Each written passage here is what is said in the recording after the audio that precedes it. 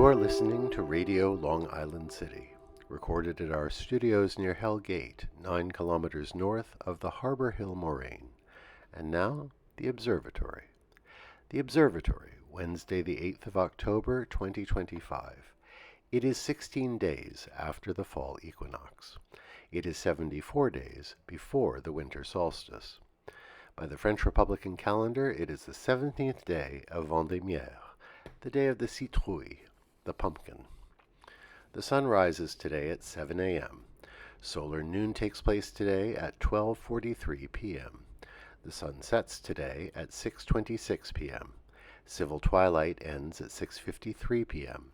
and nautical twilight ends at 7:25 p.m. The length of daytime today is 2 minutes, 38 seconds, shorter than yesterday.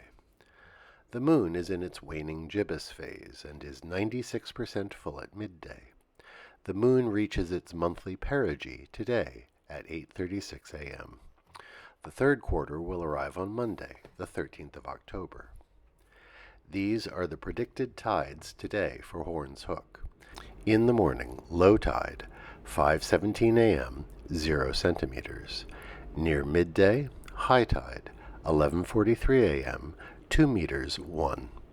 In the evening, low tide, 5:56 p.m., minus 6 centimeters. In our shared realm of plants and animals, over the last decade, the number of trees in New York City has steadily increased. Our urban forest provides shade, reducing temperatures, sucks up excess rainwater during heavy storms, and filters the air of carbon and particulates. Just 2 years ago, the City Council passed Local Law 148, which sets a goal of achieving a 30% tree canopy cover. Although the public parks are the greatest repository of trees in the city, and the government is active in planting street trees, private properties are an important part of the mix. So preserving, tending, and protecting trees in front and backyards is vitally important, and planting a new tree is, as they say, a mitzvah. Commemorations. On this day in 1871, the Great Fire of Chicago broke out.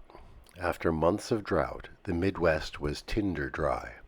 The fire in Chicago was just one of 3 major fires to happen across the region. In this case, popular mythology is correct. The fire did begin in Mrs. O'Leary's barn, although there's no evidence she brought in a kerosene lantern that the cow kicked over. The fire, whipped up by strong winds from an advancing cold front, killed some 300 people. 4 square miles of the city was burned, including 17,000 buildings. The fire was finally extinguished 2 days later on October 10th. On this day in 1945, the microwave oven was patented by Percy Spencer. Spencer was a remarkable man. Though he never finished grade school, he taught himself calculus, trigonometry, physics, and chemistry. He rose through the ranks at work, and eventually led the power tube division at Raytheon during World War II. The first commercially manufactured microwave was 6 feet tall and weighed more than 700 pounds. It took until 1967 for Amana, a division of Raytheon, to produce a countertop version practical for home use. Percy Spencer received more than 300 patents over the course of his career. On this day in 1967, Che Guevara was captured in Bolivia.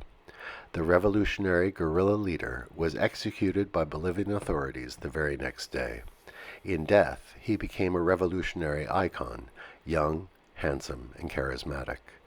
One wonders what would have become of him had he grown old like Fidel. On this day in the year 2001, President George W. Bush announced that he was bundling a host of government agencies under the new Office of Homeland Security. Congress would later raise it to the level of a full government department. Today we wish a happy birthday to Ursula von der Leyen, born this day in 1958. The Belgian-German physician and politician served for a time as defense minister of Germany. She is now President of the European Commission. With war raging in Ukraine and the United States abandoning its traditional role on the continent. She has her work cut out for her. Happy birthday, Ursula von der Leyen. It is Arbor Day in Namibia. Alternate side of the street parking is suspended today in New York City in honor of Sukkot. And that is the Observatory, Wednesday the 8th of October, 2025.